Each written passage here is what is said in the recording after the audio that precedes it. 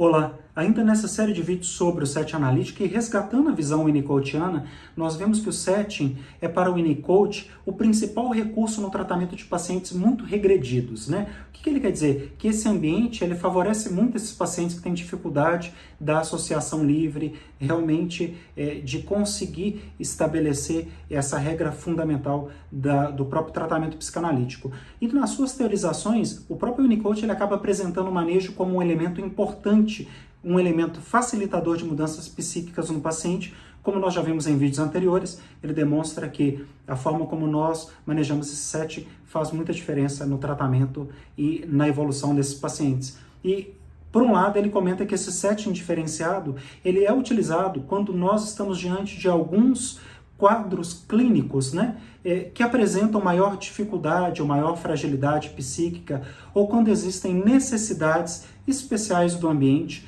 exigindo talvez um pouco mais de cuidado, um pouco mais de tato, um pouco mais de sensibilidade por parte do analista. Então, o Winnicott fala que esse manuseio do setting, ele é o principal recurso nesse tratamento dos pacientes, de fato, né, e que nós precisamos estar alertas para não trabalharmos de forma muito rígida, né, utilizando uma aplicação um pouco cega da técnica, inflexível, pois o paciente que procura análise, né, esse paciente que chega até nós de alguma forma, ele está buscando acolhimento. Então, o princípio da psicoterapia é o acolhimento desses pacientes que estão buscando tratamento, que estão numa situação de sofrimento emocional, psíquico, né? Então nós precisamos estar atentos a esse lugar do acolhimento. Eles precisam ser acolhidos na sua dor. E isso só ocorre à medida que ele se sente compreendido no seu sofrimento. Então, o que o Winnicott acaba trazendo para nós com essa mensagem? Que nem todos os pacientes que chegam realmente à clínica buscando ajuda, eles podem, de imediato, ser submetidos a essa análise tradicional, a essa análise que nós conhecemos imediatamente. Então ele comenta que o método que nós iremos utilizar, ou que nós deveríamos utilizar nesse processo, ele vai depender muito das condições psíquicas e clínicas que esse paciente se encontra. Então, que a gente também precisa levar tudo isso em consideração.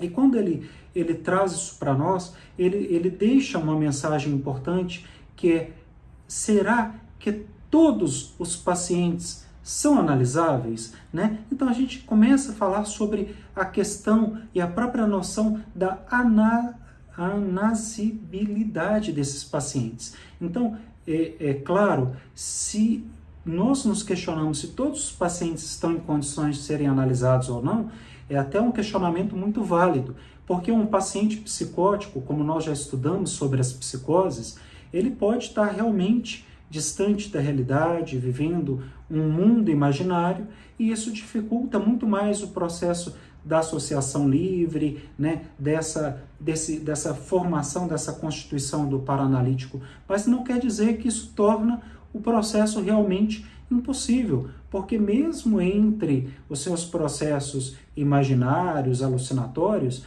esse paciente, de alguma forma, ele pode, né, estabelecer, ainda que pelo viés da sua verdade, esse laço, esse processo transferencial com o seu analista.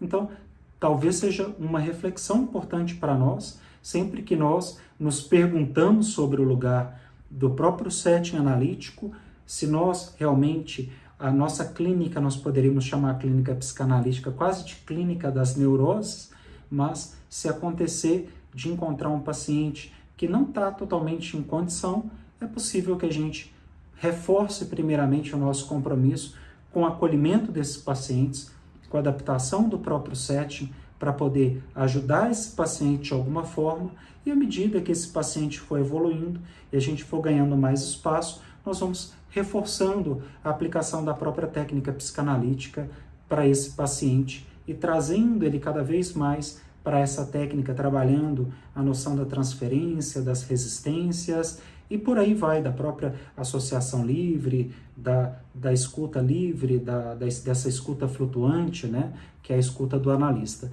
Então, tudo isso é muito importante para nós, e independente se essa pergunta surge ou não, o importante é que a gente esteja realmente preparado para atuar com muito mais flexibilidade e rever o nosso compromisso, como dizia Freud, sermos mais ativos nesse setting analítico, como dizia Firenze, de ajudar os nossos pacientes a soltar a língua e buscar essa adaptação do setting, como já dizia o Winnicott. É isso.